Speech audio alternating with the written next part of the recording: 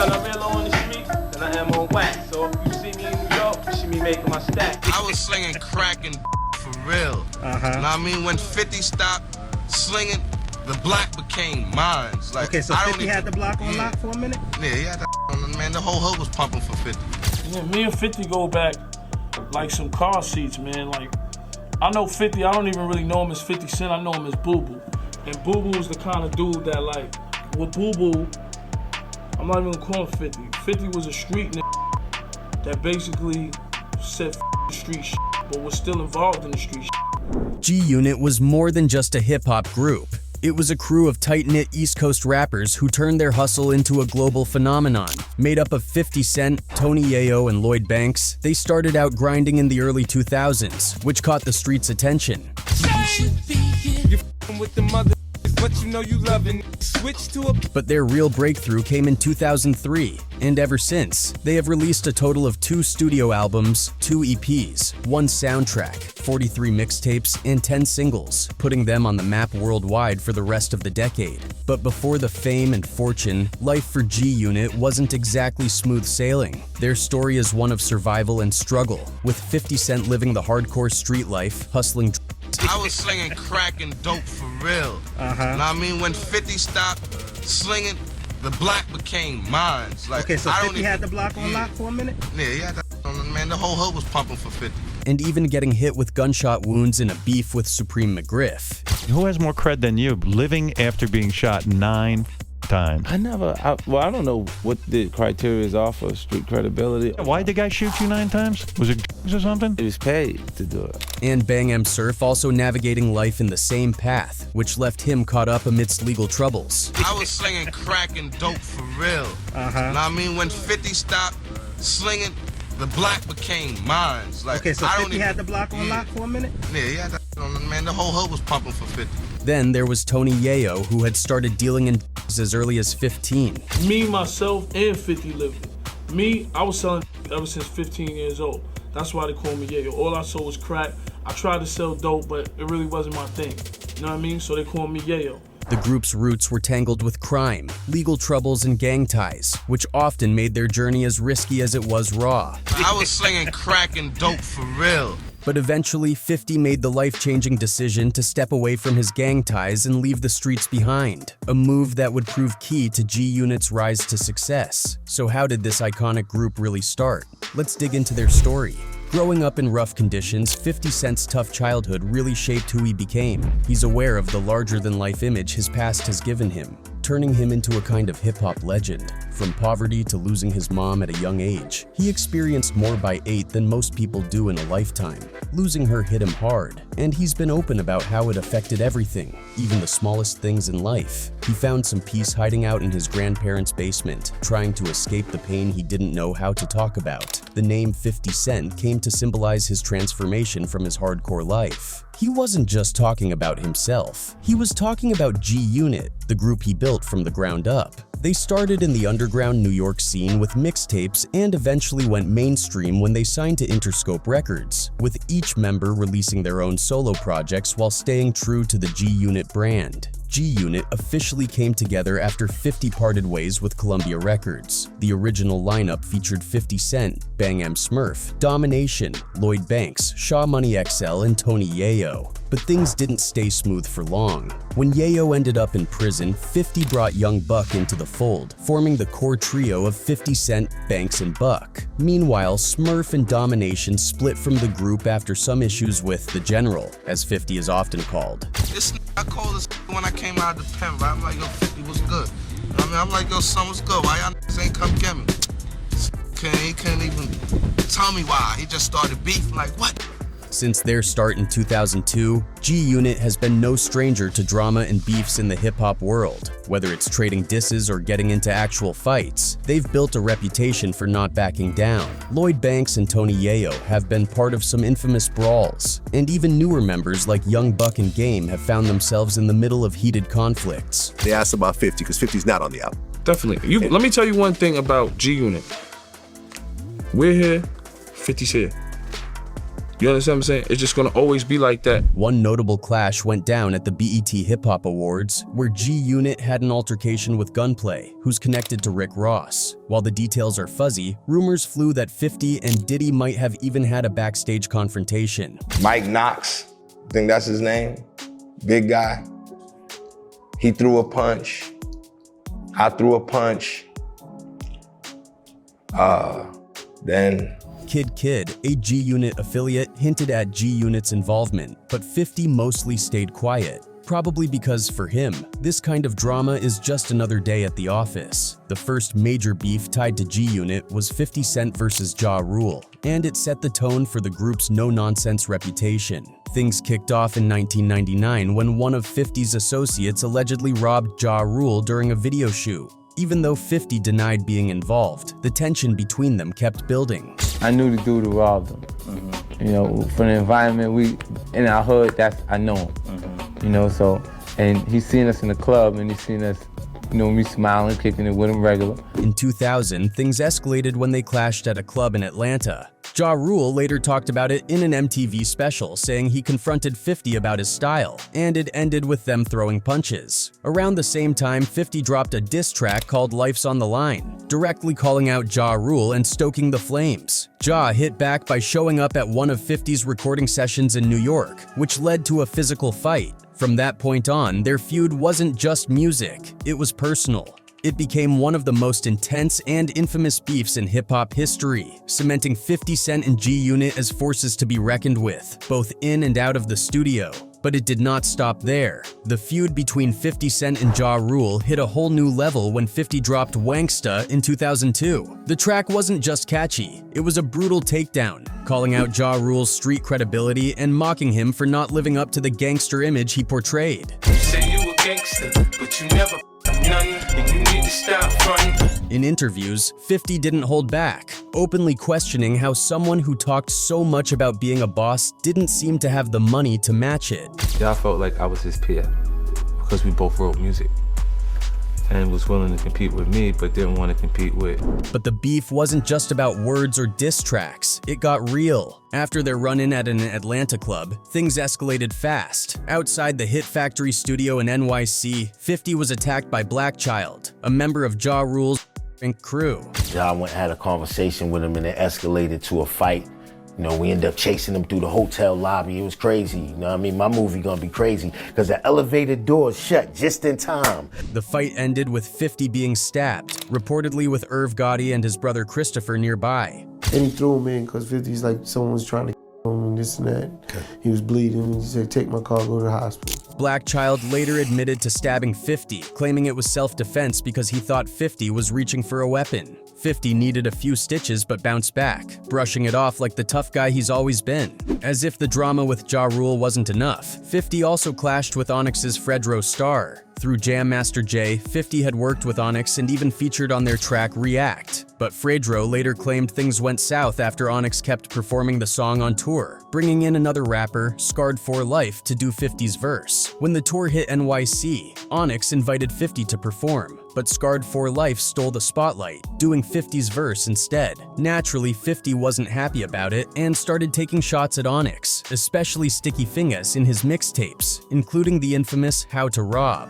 By 2003, the tension boiled over. At a rehearsal for the Vibe Awards, Fredro tried to patch things up, but when he approached 50 and G-Unit near the stage, 50 swung at him, kicking off a fight. You didn't know that was gonna happen, that he was gonna say that? That is very true. His image just came up. You know, after he was here, he was talking and just talked himself into a bad situation. It was one incident, but that felt like it. That was it.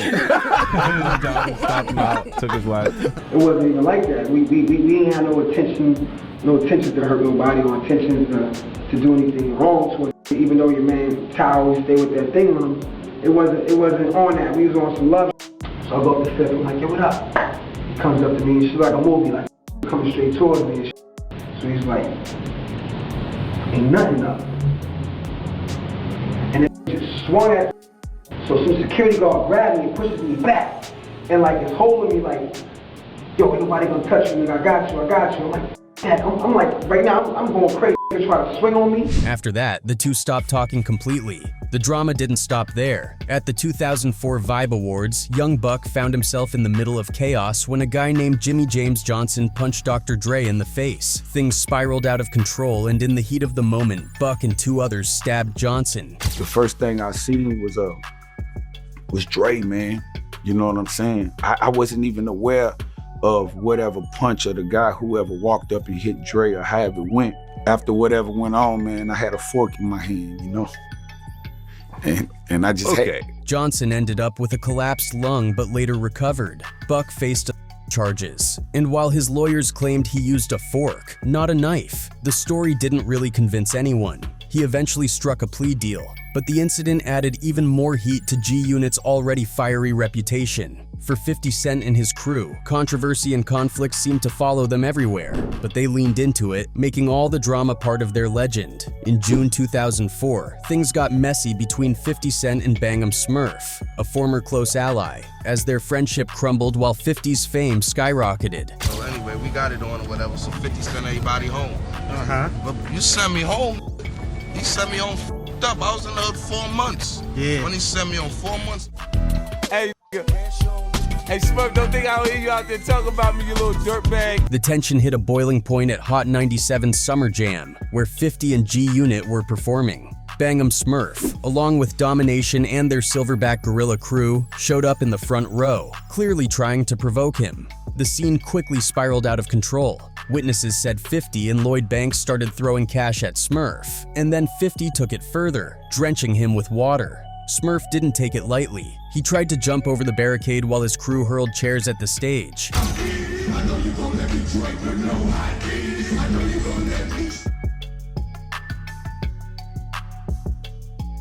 Even DJ Woo Kid, G-Unit's former DJ, was caught off guard by the chaos, later telling MTV, "I didn't even think that it would be that crazy." By March 2005, G-Unit was dominating the hip-hop scene, and big names like Jimmy Iovine and Dr. Dre wanted to make the group even bigger. That's when they brought in The Game, hoping the West Coast rapper would strengthen G-Unit's lineup. But not long after his debut album, The Documentary, dropped, rumors started flying about tension between The Game and 50. Who are some of the key people, man, that put you where you are right now? Oh, man, Dr. Dre, man. Right. That's it. 50 Cent, man. 50 Cent. In a 2005 Vibe interview, 50 admitted the group had its share of clashes, but said the main issues were between him and The Game. He chalked it up to The Game's strong opinions and inexperience. He even further claimed that Game says a lot of fluff and had issues with literally everyone in the industry. People's names for shock value. He says things he doesn't mean. He says a lot of things and take it back. He says, he had issues with Joe Buttons, then he runs into him in a club and they're taking pictures. He had issues with Memphis Bleak. Things got worse in February 2005, when 50 and G-Unit went on Hot 97 to announce they were cutting ties with The Game. During the interview with Funkmaster Flex, 50 called out The Game for being disloyal, especially for not backing G-Unit during their beefs. But before they could finish, shots were fired outside the station. He got into, some shit with his entourage and his security, and shots were fired. The Game and his crew were involved in the shootout, and one of his associates, Kevin Reed, got hit in the leg. The situation ended with Game leaving the scene, adding more fuel to their already heated fallout. Fast forward to February 2006, and G-Unit found themselves in another serious situation. During the filming of Busta Rhymes' video for the Touch It remix, Lloyd Banks was on set when Tony Yayo got into a shouting match with producer Swizz Beats and members of the Rough Riders camp. The argument escalated, and tragically, it led to gunfire. In the chaos, Israel Ramirez, Busta Rhymes' security guard, was fatally shot, casting a dark shadow over the entire event. Was the Touch It remix, is that where the shooting happened? Yes. Aha. Yes. The video. Yep. Yeah, you guys are shooting the music video for Touch It remix. All I hear are first I hear this yelling, Busta leaves, and then I just hear gunshots. And after the smoke clears, Buster's bodyguard is dead. Right.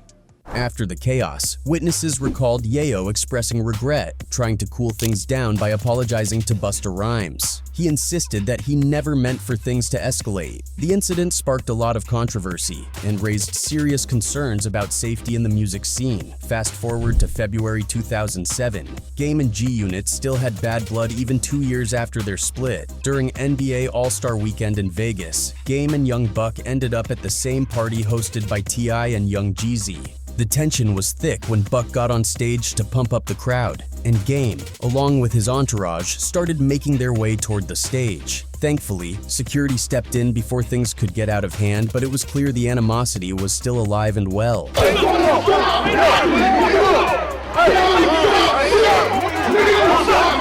Later that year, another troubling incident made headlines involving the G-Unit and Jimmy Henchman's teenage son. Reports claimed Yayo and his crew confronted the 14-year-old near the Czar Entertainment offices, allegedly roughing him up because of his connection to Game, who was managed by Henchman's company. It was around this time that the whole G-Unit beef got worse because Jimmy Henchman's son got slapped up. And that set off a whole really bad set of events.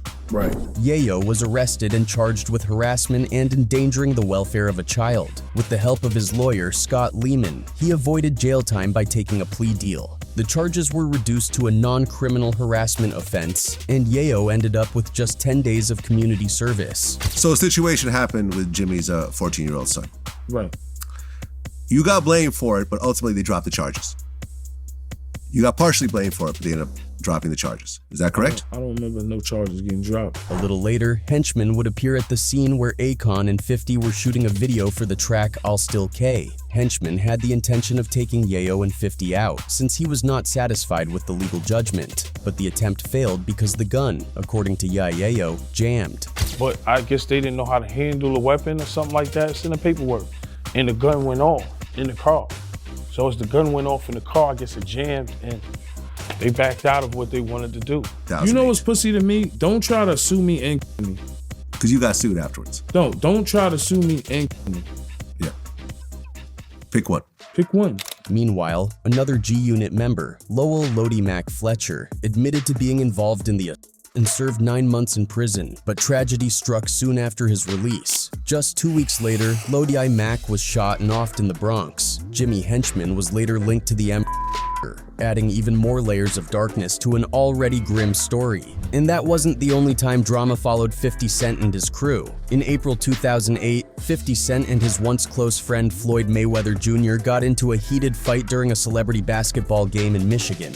Mayweather, famous for being one of the best boxers of all time, reportedly traded punches with 50 right there at the event. Are you and Floyd okay? Was there any truth to you and him fighting at all? Yeah, we got into a little thing, but that's me. Like, you know what it is? Because we both real physical. In an interview with Hot 97's Miss Jones, 50 admitted he started the whole thing by getting in Mayweather's face, which led to Floyd throwing a punch in response. When asked why it even happened, 50 said it all started because of an argument over a bet. And like, I put my hands in his face. You see what I'm saying? For what?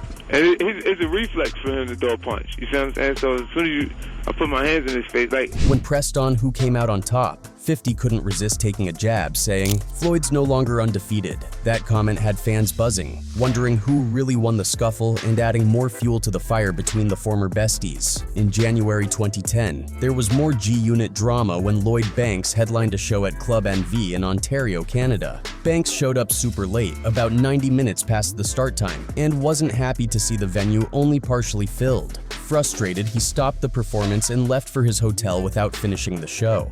But things got way messier the next morning. Chris Hines, the promoter for the event, claimed Banks and his crew, Sean McGee, Tyrell Cooper, and Nicholas Sloan, stormed into his hotel room. According to Hines, they attacked him and robbed him, leaving him bruised and battered. And they're saying that Lloyd said that you refused to pay him, that's why he acted so crazy? No, he wasn't. He was like there's a little bit more to the story. The fallout reportedly stemmed from a fight over Banks's payment and whether he should refund a portion of it since the event didn't go as planned. And in May 2011, things heated up yet again when G-Unit affiliate 40 Glock and Black Wall Street member Compton Menace found themselves in a messy brawl during the Cage vs. Cons event at the LA Sports Arena. The whole thing was caught on video, showing Compton Menace and his crew confronting 40 Glock, and before anyone could stop it, the situation turned into an all-out fight. While the exact reason for the clash isn't crystal clear, people close to the situation said it probably had to do with their gang ties, Bloods and Crips, making an already tense dynamic even worse.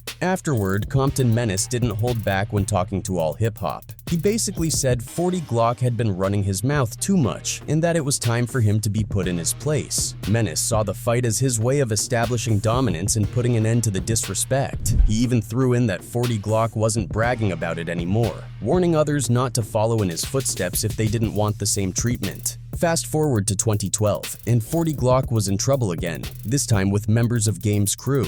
According to 40, it all went down on the streets of LA. Game's crew supposedly rolled up on him, armed with iPhones, ready to document whatever happened next. Things escalated quickly when Game and his crew allegedly pulled out guns, leaving 40 with no other option but to take off running. The entire incident blew up online, adding to the endless drama surrounding these rival crews. It's crazy to think about, but some folks believe that 50 Cent was the one quietly pulling all the strings behind the wild ride that was G-Unit. He was like the mastermind orchestrating the chaos, even when it seemed like everything was spiraling out of control.